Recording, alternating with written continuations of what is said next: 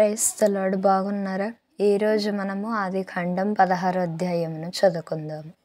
అబ్రాము భార్య అయిన శారాయి అతనికి పిల్లలు కనలేదు. ఆమెకు హాగరు అను ఐగుప్తీయురాలైన దాసి ఉండెను. కాగా శారాయి, ఇదిగో నేను పిల్లలు కనకుండా యెహోవా చేసి ఉన్నాడు. నీవు దయచేసి నా దాసితో పొమ్ము, ఒకవేళ ఆమె వలన నాకు సంతానము కలగవచ్చునని అబ్రాముతో చెప్పెను. అబ్రాము శారాయి మాట వినెను. కాబట్టి అబ్రాము కనాను దేశంలో 10 ఏండ్లు కాపురం ఉన్న తర్వాత అబ్రాము భార్య అయిన శారాయి తన దాసి అయిన హాగరును ఐగుప్తీయురాలిని తీసుకొని తన పెనిమిటి అయిన అబ్రామునకు భార్యగా ఉండునట్లు అతనికిచ్చెను. అతడు హాగరుతో పోయినప్పుడు అది గర్భవతి ఆయెను. అది తన గర్భవతినైతినని తెలుసుకొనినప్పుడు దాని యజమానురాలి దాని దృష్టికి నీచమైనదాయెను.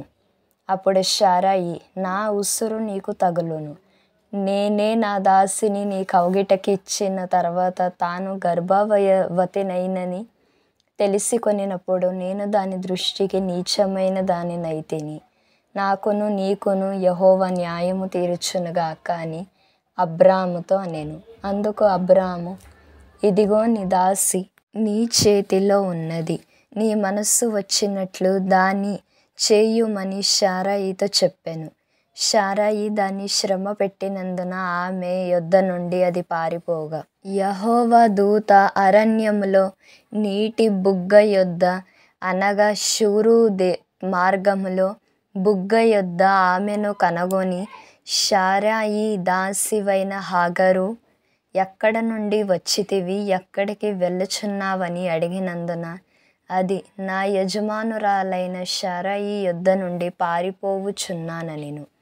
అప్పుడు యెహోవా దూత, నీ యజమానురాలి యొద్దకు తిరిగి వెళ్ళి ఆమె చేతి క్రింద అణిగి ఉండుమని దానితో చెప్పెను. మరియు యెహోవా దూత, నీ సంతానమును నిశ్చయముగా విస్తరింపజేసెదను, అది లెక్కింప వీలు లేనంతగా విస్తారమగునని దానితో చెప్పెను. మరియు యెహోవా దూత, ఇదిగో యెహోవా నీ మొరను వినెను, నీవు గర్భవతివై ఉన్నావు, నీవు కుమారుని కని అతనికి ఇష్మాయేలు అని పేరు పెట్టుదువు. అతడు అడవి గాడిద వంటివాడు, మనుష్యుడు. అతని చెయ్యి అందరికిని, అందరి చేతులు అతనికిని విరోధముగా ఉండును. అతడు తన సహోదరులందరి ఎదుట నివసించునని దానితో చెప్పగా, అది, చూచుచున్న దేవుడవు నీవే అని పేరు తనతో మాటలాడిన యెహోవాకు పేరు పెట్టెను. ఏలయనగా నన్ను చూచిన వాణ్ణి నేనిక్కడ చూచితిని గదా అని అనుకొనెను. అందుచేత ఆ నీటి బుగ్గకు బెయోరు లాహాయిరోయి అను పేరు పెట్టబడెను. అది కాదేషుకును బేరేదీకును మధ్యనున్నది. తరువాత హాగరు అబ్రామునకు కుమారుని కనెను. అబ్రాము హాగరు కనిన తన కుమారునికి ఇష్మాయేలను పేరు పెట్టెను. హాగరు అబ్రామునకు ఇష్మాయేలును కనినప్పుడు 86 ఏండ్లు వాడు.